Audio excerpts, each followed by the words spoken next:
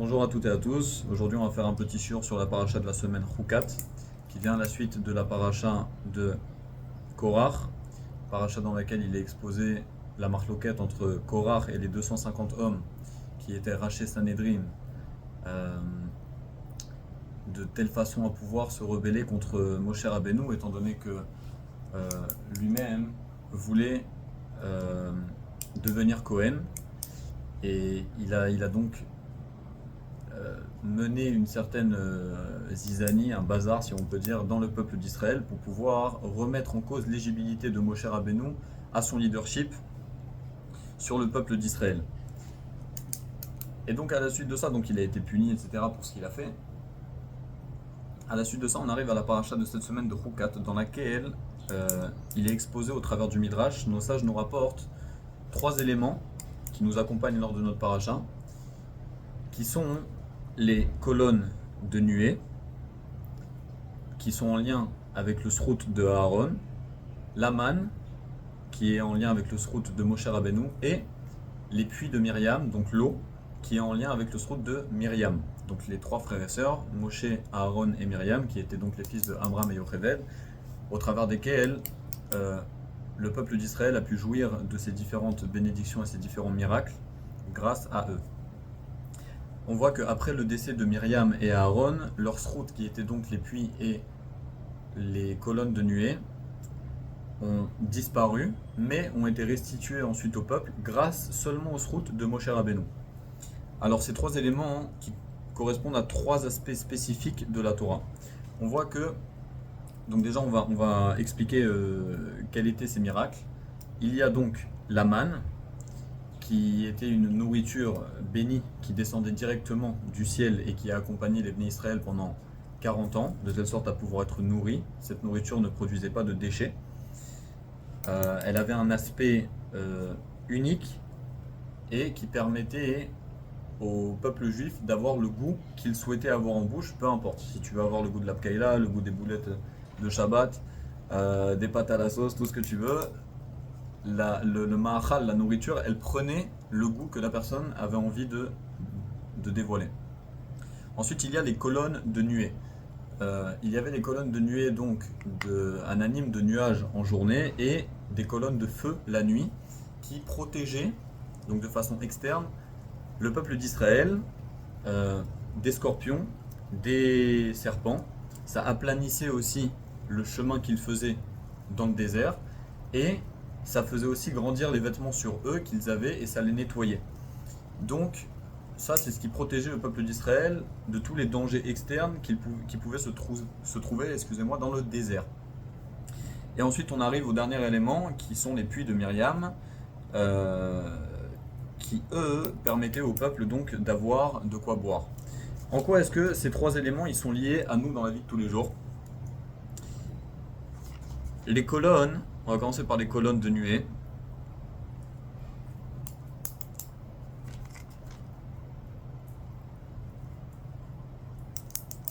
Avant ça, je vais d'abord préciser donc que la manne, qui est la nourriture, elle est en lien avec tout ce que l'homme peut intégrer en lui, de la même manière que, comme on disait, elle ne produisait même pas de déchets, donc ça veut dire que ce qu'ils ingéraient, ça faisait 100% partie d'eux-mêmes. Et l'eau, même si c'est pas une nourriture qui est indispensable, c'est pas vraiment considéré comme de la nourriture, elle est vitale pour l'homme de telle sorte à ce que la nourriture qui est ingérée, comme le pain, permette d'atteindre tous les différents membres du corps. C'est elle qui va être mashpia, qui va influencer sur tout le reste du corps. La nourriture qui est ingérée. Alors,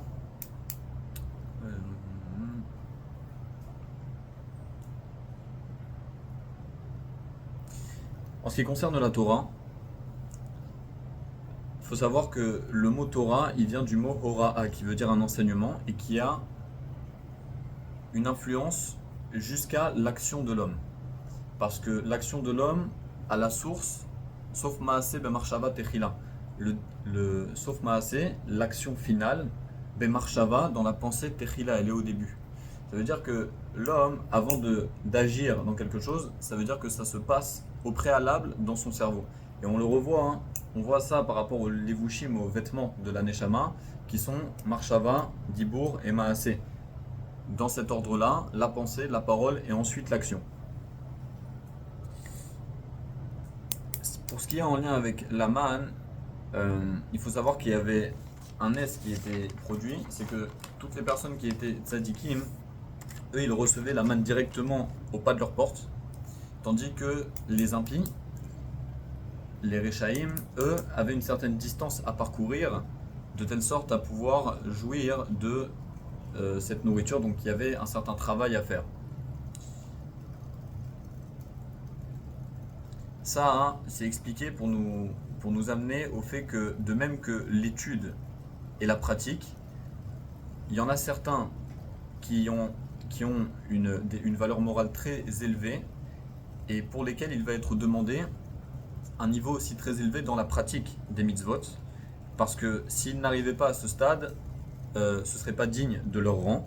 Et à l'inverse, pour les Rechaïm, ceux qui n'auraient pas ce niveau-là, si ils essayaient de faire plus que ce dont ils sont capables, à l'instant T, ce serait considéré comme de l'orgueil. Parce que l'orgueil, en fait, c'est quoi? L'orgueil, c'est de se surestimer en réalité, de penser qu'on est au-dessus de nos propres capacités. C'est pour ça que la personne humble, c'est celui qui se connaît, à l'inverse, qui connaît ses limites, qui sait, Amekerat Mekomo, qui connaît son endroit, qui sait où il se trouve, quelles sont ses capacités et comment les utiliser pour les développer de la façon la plus appropriée à son service pour le divin.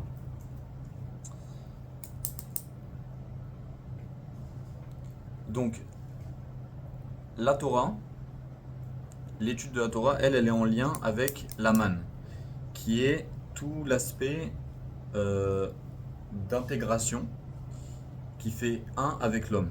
Ensuite, on a les colonnes, donc qui sont extérieures à l'homme, qui entourent l'homme, qui influent sur tous les juifs de manière identique. Tous les juifs étaient au milieu de la colonne. Ouais. De la même manière, dans la Torah, elle protège celui qui respecte donc les enseignements de la Torah de tous les dangers extérieurs. Là-dessus, on retrouve donc cet élément qui est en lien avec notre vie de tous les jours, que le juif qui est face aux difficultés inhérentes à la vie, lui, il est exposé aux différents dangers, donc les scorpions et les serpents, de ce qui est externe à lui. En étant lié à la Torah et aux mitzvot, il peut se protéger de ces éléments extérieurs. La Torah le protège de ça. Ensuite, le rabbi il explique donc dans la Sikha que même le juif le plus inconscient, il est susceptible donc d'être protégé de ces éléments extérieurs parce que cette force, elle vient de la Torah et ça lui permettrait donc de surmonter toutes les épreuves difficiles de sa vie. Dans le mot Israël, on a les Rashi Tevot, donc les initiales, le Yud, le Shin, enfin le Sin, le Aleph, Yud, Sin, Resh, Aleph, Lamed, qui sont les initiales de Yesh, Shishim, Ribo, Otiyot, la Torah. Il y a 600 000 lettres dans la Torah. Maintenant, quand on ouvre un Sefer Torah et qu'on regarde, on voit qu'il y en a 300 et quelques mille. Mais c'est une DA en fait qui explique que on peut atteindre le nombre de 600 000 Otiyot en décomposant certaines lettres, comme par exemple le Chet. Lorsqu'on l'écrit, on voit que c'est un Vav avec une barre au milieu qui est lié à un Zayin. Donc en réalité, le Chet, dans ce cas de figure, ne serait pas considéré comme une seule lettre, mais comme deux, le Vav et le Zayin. En prenant cette idée-là, on en arrive au nombre de 600 000. Qu'est-ce que ça nous apporte de savoir ça? Lorsqu'on regarde dans les termes de la halakha, un Sefer Torah dans lequel une lettre ne serait pas conforme à l'écriture qu'elle devrait avoir, elle est possèle, elle annule tout le Sefer Torah. On ne peut pas utiliser ce Sefer Torah jusqu'à ce que cette lettre soit réparée, effacée et réparée, ou que la page soit enlevée et refaite complètement, enfin de telle sorte à ce que chaque lettre puisse être cachère en fonction de la halakha. Qu'est-ce que ça nous enseigne? C'est que chaque juif, de la même manière qu'il est comparé à une lettre dans la Torah, il est important pour l'intégrité de toute la Torah et de tout le peuple. Donc chaque juif est important. Et chaque juif a la possibilité de révéler donc la manne et les colonnes lorsqu'il étudie. Lorsqu'il étudie par exemple la halakha, il développe ce lien-là, étant donné que la Torah, qui est la Torah écrite, on fait la mitzvah lorsqu'on l'étudie, même sans comprendre, ce qui n'est pas le cas de la loi orale, ou comme la Gemara, où là, il faut comprendre ce qu'on étudie. Et ça c'est grâce à l'eau donc du puits de Myriam, le dernier élément. On dit En Maïm et la Torah, il n'y a pas d'eau hormis la Torah. Pourquoi est-ce que la Torah elle est prise en exemple comme l'eau? C'est qu'on sait que l'eau, elle vient des sommets les plus prestigieux, les plus hauts, pour atteindre le niveau le plus bas. Et c'est exactement ce qui nous est donné au travers de la Torah, c'est que la Torah, au début il y avait la Xéra, avant qu'il y ait Matan Torah, Torah, Hashamaim, Shamaim, la Hashem, les cieux appartiennent à Dieu, Ve'aretz Natan Livne Adam. Et la terre a été consacrée, donnée à l'homme. Mais une fois que cette Xéra a été annulée au travers de Matan Torah, que les cieux et la terre n'ont fait plus que un, et que l'homme a la possibilité de lier le matériel au spirituel et le spirituel au matériel au travers de Torah et Mitzvot, même le juif le plus simple, lorsqu'il va mettre des téphilines par exemple, ou une femme lorsqu'elle va allumer les bougies, en faisant cette action, la personne va pouvoir lier un lien avec Akadosh Baruch Hu, étant donné que mitzvah, ça vient du terme tzavta vechibur. Donc le commandement, la mitzvah, ce qui nous a été ordonné, ça a la même étymologie que l'attachement, tzavta vechibur. Au travers des actions de l'homme, qui sont les mitzvot, il va pouvoir se lier à Kadosh Baruch Hu. Et ce, même si c'est une personne qui fait Bet Mimut, Bemesirut Nefesh, qui fait un don de soi de façon intègre, sans même comprendre. Un juif qui ne comprend pas le pourquoi de la mitzvah, en réalité c'est le niveau le plus élevé. Mais il faut quand même chercher à comprendre. Naase venishma, on fera et ensuite on comprendra. Il faut chercher à comprendre. Et le niveau le plus élevé, c'est lorsqu'on cherche qu'on cherche à comprendre, et que même en comprenant, en réalité, on ne fait pas sous prétexte que l'on comprend, mais on le fait sous prétexte que c'est simplement Dieu qui nous l'a donné, car il y a trois types de mitzvot. Il y a les chukat, donc les chukim, pardon, le type de mitzvot qui est irrationnel à l'homme, qu'on ne peut pas comprendre, comme la para adouma, la vache rousse, que même Shlomo Ameler, qui était l'homme le plus sage de tous les temps, n'a pas pu poser le doigt sur l'explication à cette mitzvah. Ça constituait le but de la mitzvah à sacrifier une vache rousse, donc, qui était cachère complètement, et en prendre la cendre, la mélanger à de l'eau, et ça permettait de, une fois projetée sur la personne impure, de la purifier totalement. Aujourd'hui, on peut se purifier en allant au mikvé par exemple, mais c'est seulement dans un certain degré. C'est pas le même type de pureté que l'on aurait pu avoir grâce à la para adouma. Ensuite, après Chukim, on a Edot, qui sont le type de mitzvah que l'on est susceptible de comprendre. Dieu a habillé la raison de cette mitzvah dans la nature de l'homme, dans la compréhension cérébrale de l'homme, comme par exemple, excusez-moi, seulement en nous ayant donné le commandement, on peut être amené à pouvoir le comprendre. C'est-à-dire, c'est des choses qu'on n'aurait pas fait par nature, mais étant donné que ça nous a été enjoint, on peut les faire et ensuite être amené à les comprendre. Comme par exemple, la matzah, lors de Pessah, c'est une mitzvah de la consommer, et on peut comprendre que c'est en lien avec la sortie d'Égypte.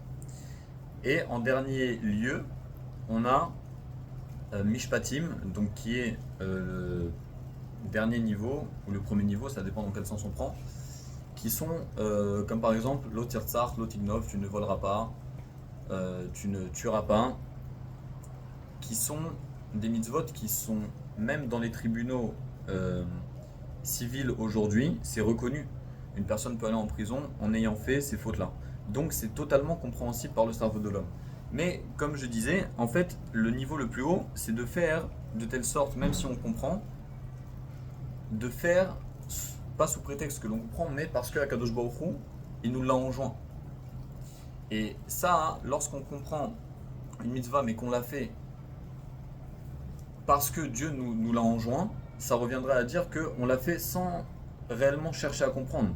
On ne cherche pas de raison pour faire. On le fait parce que Dieu nous l'a ordonné et qu'on veut se lier, s'attacher à lui par ces possibilités qu'il nous a données au travers de la nature, du matériel, donc de faire Torah et mitzvot. Donc pour reprendre le dernier élément qui était l'eau des puits de Myriam, donc on a parlé des colonnes, les colonnes qui sont l'aspect extérieur, la Torah qui est l'aspect intérieur, l'étude, la pratique, et l'eau qui donc est pour le juif, même le plus inconscient, le plus simple. Chaque juif est lié à la Torah, qu'il le veuille ou non. Il a un chelek eloka mimal mamash, une partie, une parcelle divine intrinsèquement liée à lui, en lui, qui est pure à 100%. Et donc en étant lié à cette Torah qui, elle, vient de très haut et qui descend à l'image de l'eau jusqu'au plus bas, donc jusqu'au monde matériel, jusqu'à la personne qui est dans les difficultés les plus complexes que peut avoir une vie, il faut savoir que grâce à la Torah, on peut se sortir de tout ce qui nous est envoyé par Dieu, même les difficultés les plus difficiles, et ne pas être la victime. Baruch Hashem.